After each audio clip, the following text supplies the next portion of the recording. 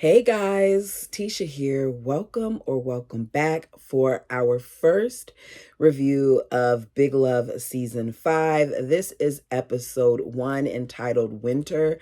I get it. I get that up until this point, the past 4 years of this have been springtime and joy and all these other things. And now they are in what is the storm. I'll be honest, I didn't enjoy this episode because I can see the direction that they're going in as far as Barb and the alcohol thing. I think that's going to become an issue.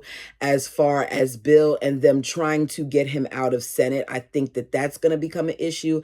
I think they're going to dig and that they're going to find something that's going to get his butt in trouble. But let's go ahead and get into it. If there's something that I don't talk about, feel free to put it down below. I'll be honest, I normally watch this more than once. This time I watched it one time and took my notes because I just wasn't feeling it. I wasn't. Y'all know I'm always going to be honest with you guys. I wasn't feeling it. But here we are. So after the big polygamous announcement, Bill has taken his family and headed for the hills to escape. The entire family is camping out and they're trying to avoid the tabloids and the media. Teeny, once again, has been sent away. Last time it was to LDS camp. This time it's to stay with Sarah because Barb thought it would be best. Now, one thing I do appreciate, no matter how I feel about Barb, is that Barb did see that this could be bad for Teeny, that Teeny would be affected by it. And the sad thing is even though I think that Teeny turned into a very odd character in this series, I feel like Teeny finally was at a place where she felt acceptance. And here you are now pulling the rug from under her and she is fleeing. So even though they don't agree with Sarah not really believing the things that they believe, Barb feels like that's a safe space. Margene is later on hysterically crying in her tent over what the tabloids are saying about her. She has the paper open as she sees the title, and it basically says that she's the lying jewelry hawker. Nikki comes in and Nikki is trying to console her, but it doesn't really work. At some point, she goes into Bill and Barb's tent, tells one of them to work on it. Bill goes. Nikki is still trying to guilt Barb for not being behind the decision to go public. And I get it. I would be upset too if you were going to reveal the whole pregnancy thing. But I gotta be honest, I don't blame Barb for taking that stance because look at what has happened now that he's decided to go public. I don't think that Bill really anticipated that it would be this bad. I think that all Bill was talking about was himself. Before I forget about it, the way Don showed up in this episode, the way his character shifted, I appreciated it. It was like the last straw was him falling on the sword. And now Don is the person that I really, really wanted him to be all along. But we'll get into it. So Bill can't understand why Margene is so emotional why she's taking this so hard, because he thought that, she was on board, but she wasn't. It just goes to show you he doesn't pay attention to things. So later on, once he thinks it's been enough time that the news has done its cycle, they head back home. And he seems, in my opinion, to be the only person who is excited to face the world, while the rest of them seem like they just want to stay inside. He's outside and he's talking to the neighbors across the street who already were aware of them being polygamous. And even though they were aware, they still were supporting them. Like, we're leaving that part out. That Bill and Barb, or I should say Barb, may have ticked off the wife when she talked about prescription drugs and things of that nature. But prior to that, they had the sign in their yard knowing what he was. So they were looking beyond it because they got to know them as a people. But here we are, and he's like, I get it. You did what you had to do, but I kind of wish you would have gave us a heads up, because he's still picking up trash that the news reporters left that's all in his yard. Bill's acting like he didn't, drop a bomb on everyone. And he heads to work, and we see that Don is back. As Don informs him that, this isn't what he thought it was, that at this point he's not the pariah, but Bill is, because Bill lied to the volunteers when it came to his campaign. A lot of workers gave hours freely because they believed in what he was saying that he was, and now they feel like they've been lied to, which I would too. Many of his employers have left, and the ones that haven't are still extremely angry with him. A lot of them have quit, while others are there because they need their job. We see Bill excited to move into his Capitol office. He shows up with his wives, wanting to introduce them to one of the senators. I believe his name was Sheldon, because he is expecting to work with him. Like, he voted for him. He's thinking that they'll be good. But Senator Sheldon, I don't know if he's a senator or if he's a speaker, because at one point he said, speaker. Either way, this individual lets him know he's not going to be able to work with him anymore. He was pulled over. They wanted to test him. He said no. They ended up doing a blood test anyway. So he got a DUI and he's going to step down. Bill wants him to fight, but he's not about to do that because as someone else later points out to him, he's thinking about his constituents. He knows that he let his constituents down. And as a result of that, he's going to be the bigger man by stepping down rather than being like Bill, in other words, who's the little man, because he's not doing that.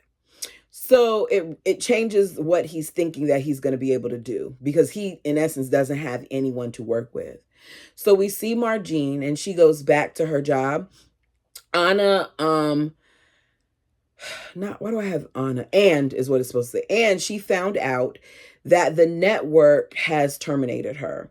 She's thinking that she's about to get like $20,000, I believe it was, a severance package when she leaves, while Beverly is telling her, no, you're not going to get a severance package. You're not going to get anything but whatever you have in here that's yours and the rest of your inventory, because you lied. We have a morality clause, and you being a polygamist, yeah, that doesn't work for our clause. So she begs Beverly to give her a second chance and to not do this. And Beverly once again calls her a liar and tells her that she needs to pack up her stuff and go. As Margene is sitting there looking at her business card and she's crying, she's, all by herself. A man by the name of Michael gives her a DVD. He's some type of motivational speaker. It seems like he has MLMs or something like that, because we later see her watching the video that's supposed to be speaking, life into her. And she just seems really, really defeated. We see Wayne. Wayne is in public school. He's surrounded by a bunch of boys. He ends up in scout uniforms at that. He ends up getting pushed to the ground because pigs, the words that were used, belong in dirt. I'm going to just say the dirty word from here on out because I don't want to keep saying that if it's offensive to people. So he's saying that they belong in dirt. So he gets up and punches the boy in the stomach, or pushes him in the stomach, the one that pushed him down to the ground, just to then be surrounded by a bunch of other Boy Scouts as they're holding him. And we don't see what comes of it, but we later see what happens when he gets home. My question is, where are all the adults? You guys were well aware that this situation happened where this young man's parents came out saying that they were polygamous. With that being said, if you really cared about the well-being of the children rather than worrying about what their parents' choices are, then you would have been there on the grounds to make sure that the kids were safe and to monitor the situation. Why are these children off by themselves in the first place? But that's another story. So they're calling him the P word. And they end up writing it on his forehead, the derogatory word, along with his stomach. Nikki is scrubbing the mess out of him like he's a pot. And Barb is like, calm down a little bit. Nikki, you're being a little, too rough. What you need to do is you need to go in and you need to talk to the school officials. So Nikki doesn't want to do it by herself. Nikki's like, okay, well, great. We're out now, so the three of us can be united and we could go do this talk together and we can confront the principal together about it. But Barb is like, no, we're not going to do that. what she does is she kind of wiggles her way out of it. And he's like, you don't need for me to come, do you? You can handle it. You don't need for me to come. Knowing that Nikki doesn't want to need anything, especially not from Barb. So Nikki heads to the school. But I wonder, and y'all tell me what you think, if Nikki had any intention of ever speaking to the principal in the first place. Because the way that she handled it, it doesn't seem like she did. Which shows me that Nikki struggles a little bit with her socialization, because why would you think that the smart thing to do would be to confront a kid? I'm a mom, and if my son does something wrong, especially when he was younger, you better make sure that you come talk to me and allow me to deal with my child. You, this stranger that thinks you're going to reprimand my son the way that Nikki did, no, that's not okay. I don't agree with it. So Nikki heads to the school. She is, being the stalker that she is, sitting in the vehicle waiting for her son to point out the guy who did this, right? So rather than going to the principal, Wayne's like, there he is. He looks like he's an older kid because he towered over Wayne. But Nikki follows him, corners him. Shouldn't have been handled like that. And she stands there blocking him, asking him, how does it feel to be humiliated by someone bigger than you? Has to go back to the same way that he did that to her son. She calls him a freak. She then says, how would you like it if I called you names because you're different? That red hair of yours is gross. Your head is like a big rusty knob. You're a tomato head. You're a stupid ketchup head. She then pulls out a Sharpie marker and tells him that if he tells anyone about this, she's going to track him down and write all the nasty things about him on his bottom. It's wrong. Bottom line, it's wrong. I didn't like it. And Nikki, you're a crazy lady. And I'm with the kid when he said it. So he goes to run away from her, and he ends up running into the pole, the thick pole on the fence, and he knocks out his tooth. Nikki runs.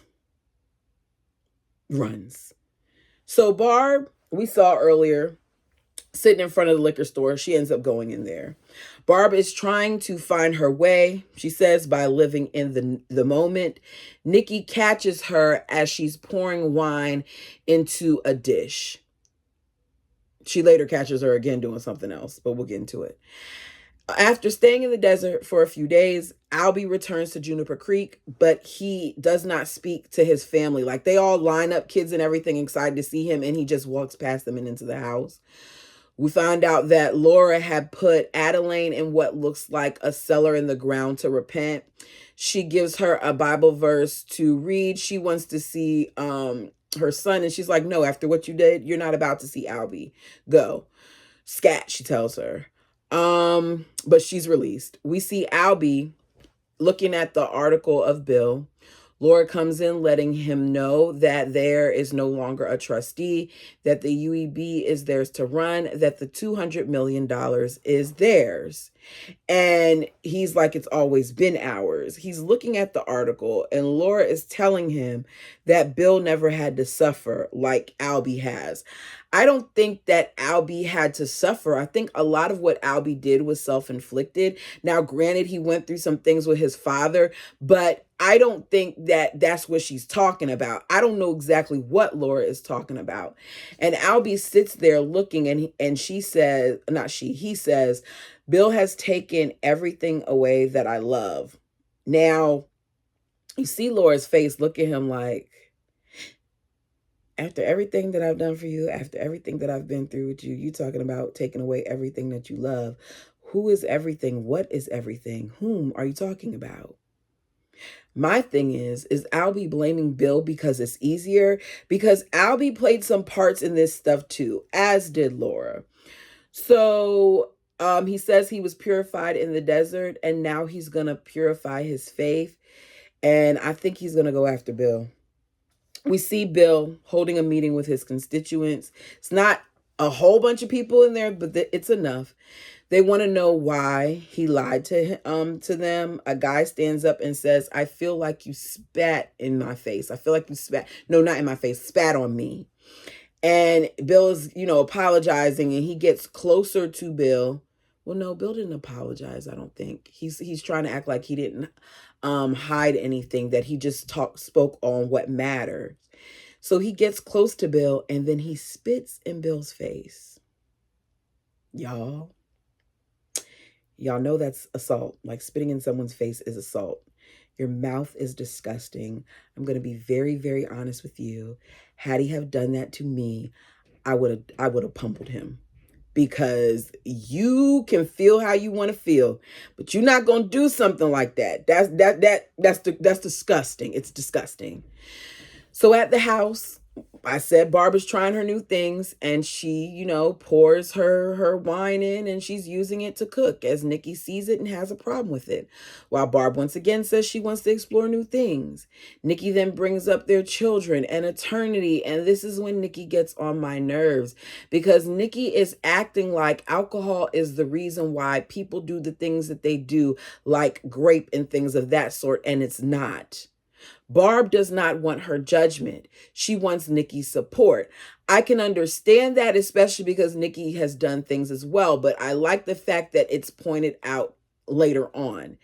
Nikki loves to point out the things that others have done wrong, but she never takes a moment to look in the mirror and think about the things that she has done wrong. For example, she is sitting there acting like she spoke with the principal when she knows that she did not. You're saying that you told the principal that you demanded action right away and that Bill would be proud of her, but that's not what you did. And you lie a lot. But Nikki thinks that it's okay for her to lie. The problem was with everybody else. So Bill tells her that it's not enough that they're going to that she did that. What they're going to have to do is they're going to have to go to the school board meeting the following day together as a united front. And you can tell that Barb and Margene really don't want to do it. He says, from now on, we're going to do these types of things together. Barb is not trying to make the waters more murky. She doesn't want it to get harder for them. She feels like they're already dealing with enough hostility from the people. Margene is with Barb, while Bill is trying to act like he's making little leeways here and there when it's clear that he's not. You think that just because a few people assemble to have a meeting with you, that means you're making some headway? No. So he informs his wives that what they're going to do is they will have an open house and everyone will be invited, all his constituents, because he wants to prove that they're not aliens, that they're regular people. Barb wants to know when he plans on doing this because she's going to have to give food and they're going to have to shop and clean. And Nikki is just thinking about the fact that Barb thinks it's going to be at her house. Once again, Nikki is on my nerves. He says he's going to invite them into your homes. So that implies homes, plural, more than one. But that's not what happens.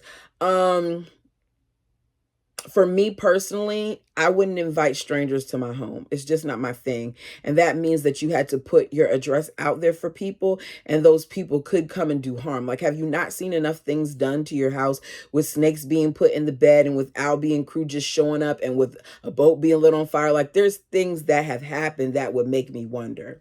So Barb says, we'll have it at your house, Nikki, because Nikki's like, why do you always think that it has to be at your house, Barb? Like, it could be at somebody else's house. So she's like, okay, Nikki, we'll have it at your house.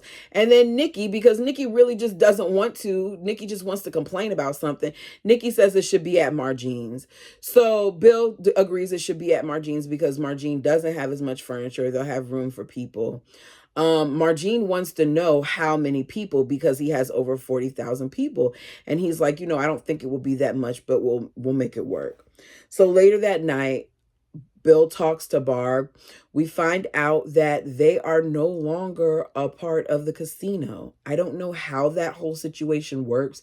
When I thought he bought Weber Gaming, which means the gaming equipment and stuff like that is theirs. I'm confused, but either way, they are not allowed on the reservation and they won't even let her go to clear her desk. This is why you got to watch how you treat people, because you kick Tommy and them out. Meanwhile, you're out yourself. So their contract has been rescinded and they're not going to pay them the percentage that they're owed. Bill changes the subject to Nikki and Barb, and he wants them to settle their issues while they both say that they're fine. He talks to Barb about it, and Barb's like, look, we'll figure it out. That's what sister wives do. He then wants to know about him and Barb's issue. And Barb says, I'm not the only one who transgressed here.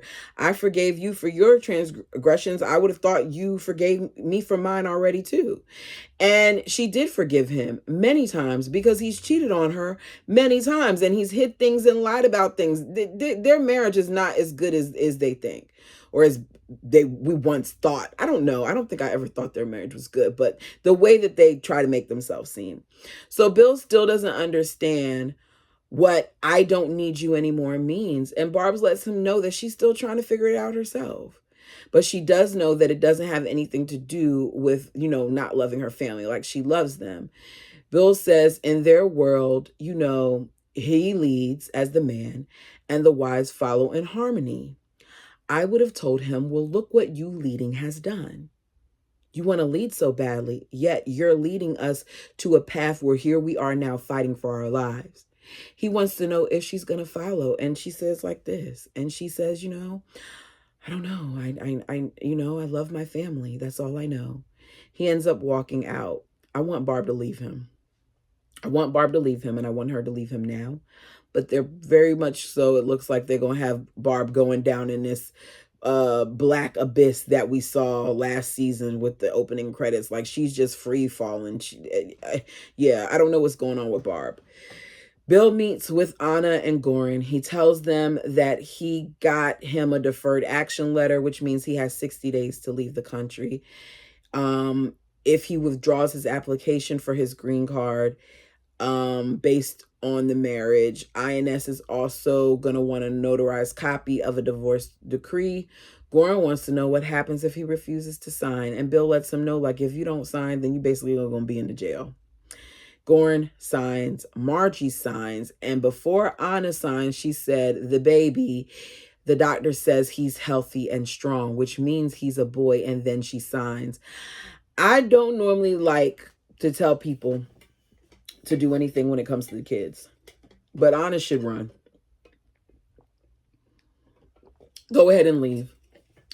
And I'm okay. I can't stand Bill. I do think that it's wrong that she take his child away. However, it's Bill.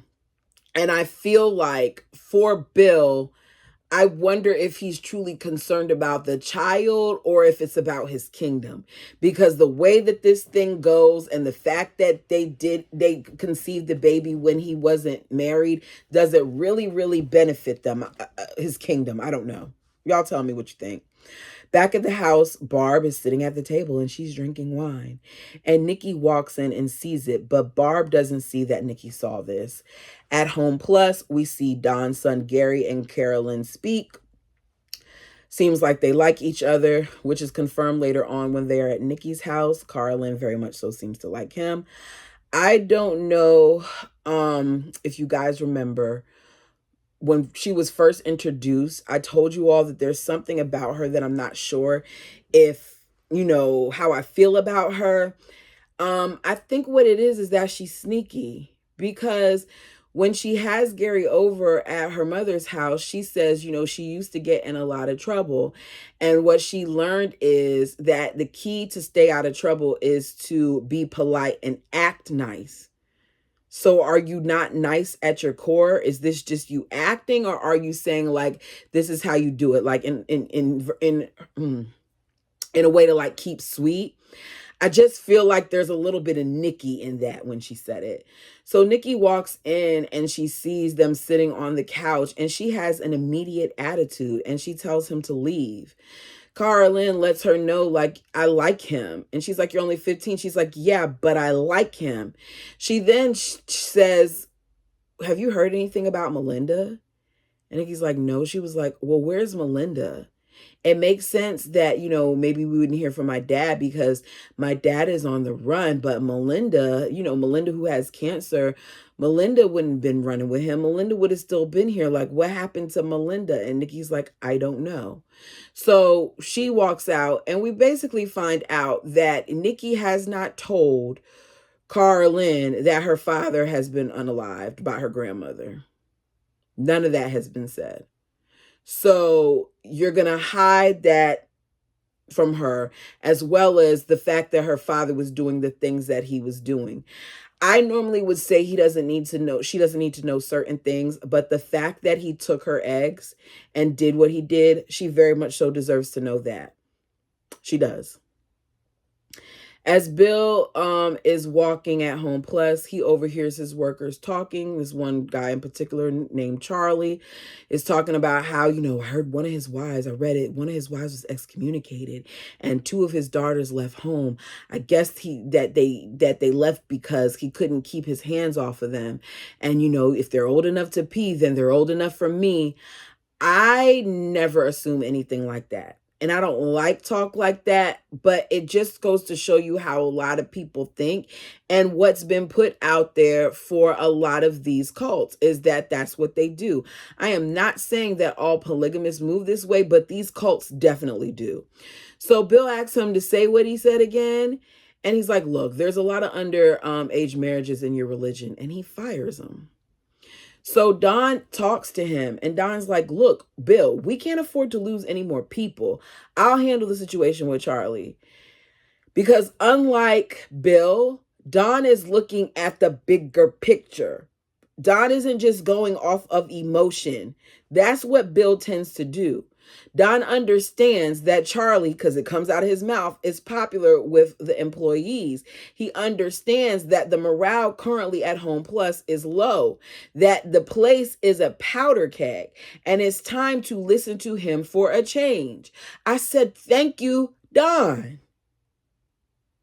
He says, you have to understand, Bill, that right or wrong, your actions hurt others. I'm hiring him back. Bill says, no, you aren't. And Don walks out.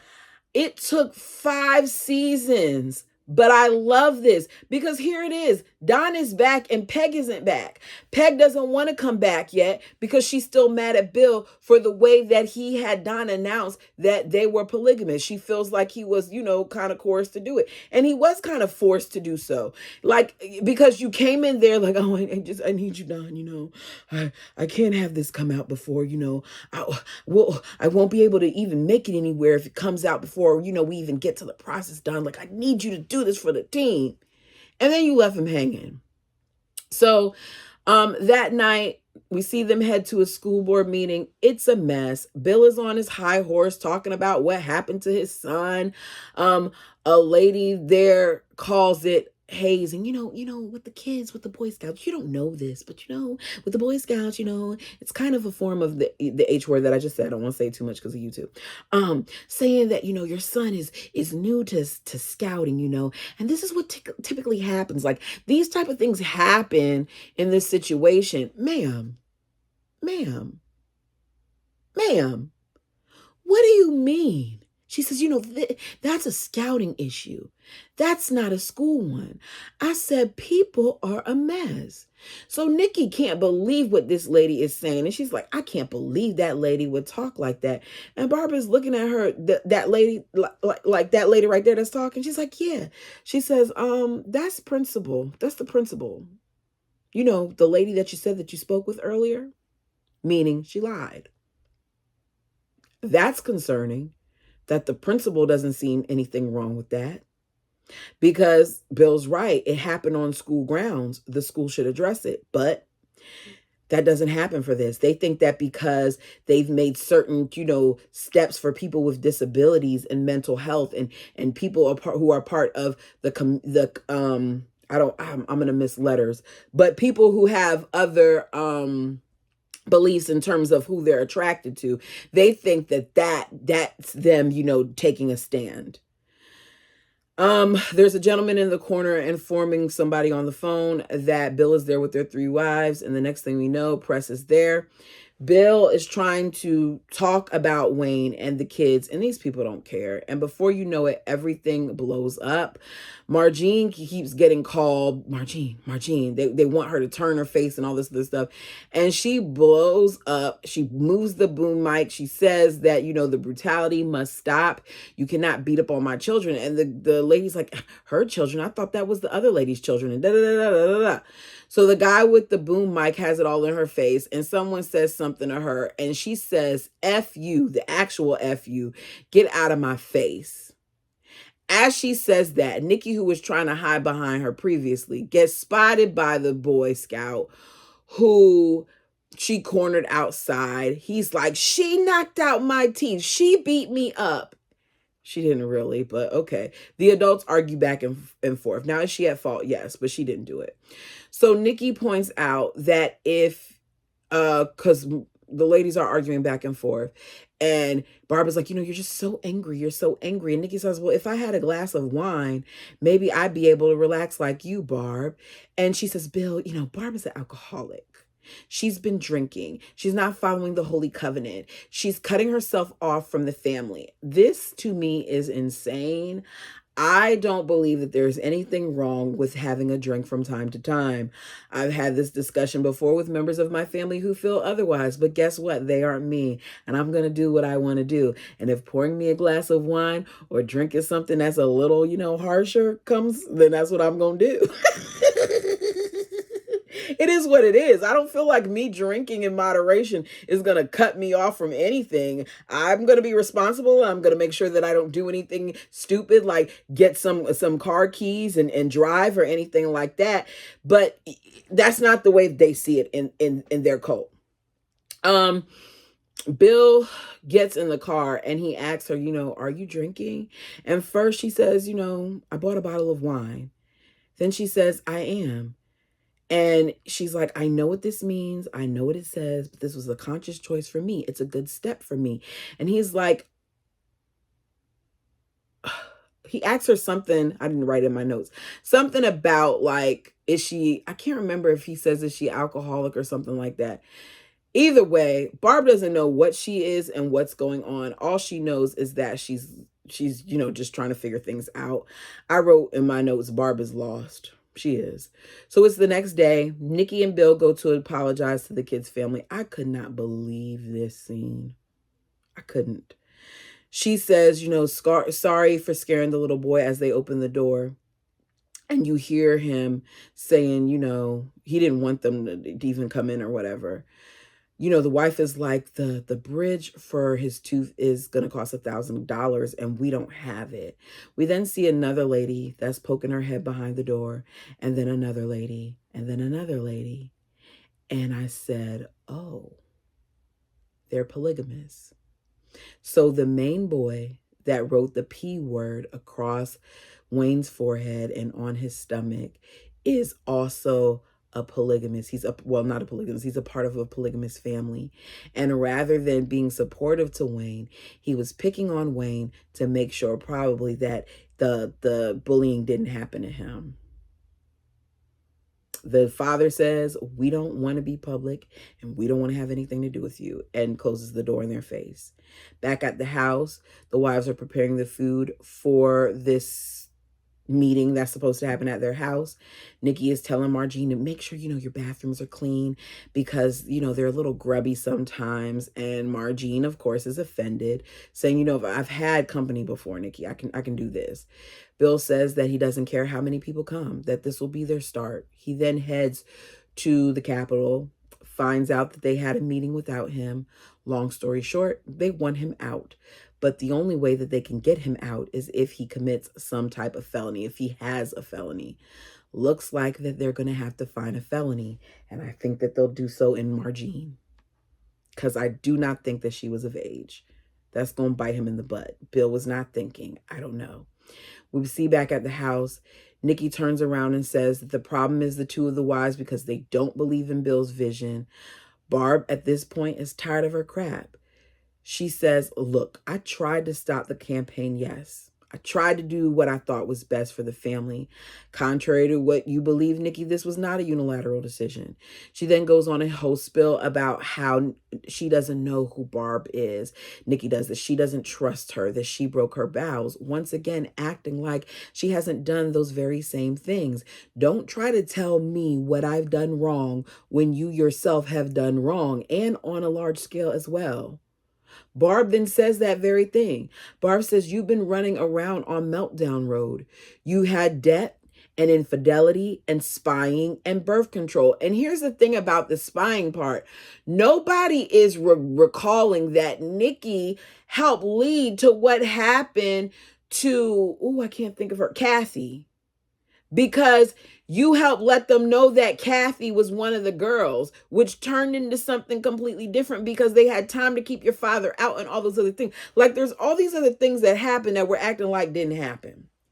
So she says they made allowances for Nikki, but she sees Nikki now as nothing but a self-absorbed brat. Y'all all are self-absorbed at different points. I feel like the only one of the wives who doesn't come off as selfish to me is Margene. She then tells her, you dropped the bomb that you didn't want to share Bill, and you've never been good at sharing. And Nikki tries to, switch it up and say like she never planned on taking him away, whatever. I don't even care about that.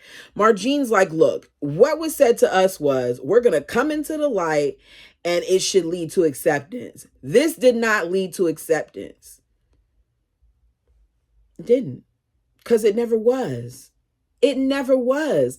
Bill just wanted to do what Bill does, which is think about himself. So the open house happens. It's a big failure. Don shows up, tells Bill from here on out, he's making decisions. And the wives are hearing this. He said 6 people were going to quit because of your decision to let go of Charlie. So I hired Charlie back. So Bill's like, maybe you were right. I try to be a fair man. And Don lets him know this isn't about you being fair. At this point, it's about you respecting me. I said, Don, we have been saying for a while, boo, that we want you to get a spine. So seeing you finally stand up for yourself is a good thing. He says, you couldn't make one little sacrifice for me after all the sacrifices that I made for you. Even if you did this for the greater good, why couldn't you ever say you're sorry? I said, Don, thank you, Don. But Bill, once again, makes it about him, because first he has to make us feel sorry for him. I don't feel sorry for you because you chose to do everything that you did, while Don tried to prevent you from doing many of the things that you did and you didn't listen. So Bill makes it about him again. Says, I'm sorry for what I asked of you, Don, but my family, my family is suffering too. My wives and my kids, they're all suffering. And I've torn my family apart, but I'm truly sorry. Yeah, whatever. You're just sorry that it didn't happen the way that it happened. You thought it would happen. You're not sorry for what you did to Don. So Don ends up leaving. I said, okay. Out of all people, I'm glad that Don gathered him. I'm glad that Don got him to admit that maybe the decision to go public was not the right step. As he leaves, he tells them to put everything away. Later that night, I don't know how much later, but it's later. Some people show up, some who've driven from a further distance, tell them that they wanted to wait for the crowds to die down. There was no crowd. I don't know why they thought there would be a crowd. And they thank him for taking a stand for them. Some of those people include some of the wives from the kid whose tooth got messed up. And they say to him that their husband doesn't know that they're there, but hopefully they will come around. Once again, showing that the women sometimes have to step outside of what the husband desired, of what he saw, of the way that he wanted to lead. This, of course, excites Bill. Bill and his wives warmly invite them in as he looks on gleefully at the snow. I don't know how this is going to be. I feel like Nikki is going to get on my nerves again. I think that Nikki has had all these layers, and there have been times where I felt extremely sorry for her, but Nikki continues to proved to me that sometimes people at their core are just flawed. And I think she's a flawed individual that is going to have to do a lot of work to unpack the many, many years of the cultist mentality that was put on her. Because just because she cut her hair and changed up a little bit of stuff doesn't mean that she's changed who she is. I think that this season, we're going to see Nikki with an extreme loyalty to Bill, whereas we're going to see Barb falling back. I think that she is going to be more of a partner with Bill because now she loves Bill, and she cares about Bill, and because of that, she's going to make sure that she is there for him. I think that for Margie has sacrificed so much in her youth that there may be a little bit of resentment there. I don't know. I think that Margie very much so was enjoying being a businesswoman, and she gave up so much to be a part of this family in the first place because I think she married him when she was young. Well, we know she was young because there was a 25-year age difference. But I think that her having kids and her finding the business and her having to give up her business is going to cause some problems. I think that she is going to be forced to stay though, because what else is she going to have? I'm not sure. I think that they're going to turn Barb into an alcoholic, and that's going to bother me because I feel like Barb can discover who she is without having to have that happen. And it's so out of left field for her to do that when it's never been a thing. Like, out of all things, Barb, you want to go and drink. Why don't you go find Tommy and talk to Tommy? Like, let's talk to Tommy. Anyways, you guys, that's all I got. Let me know what you thought about this one. Please like the video as it helps the channel. Until next time.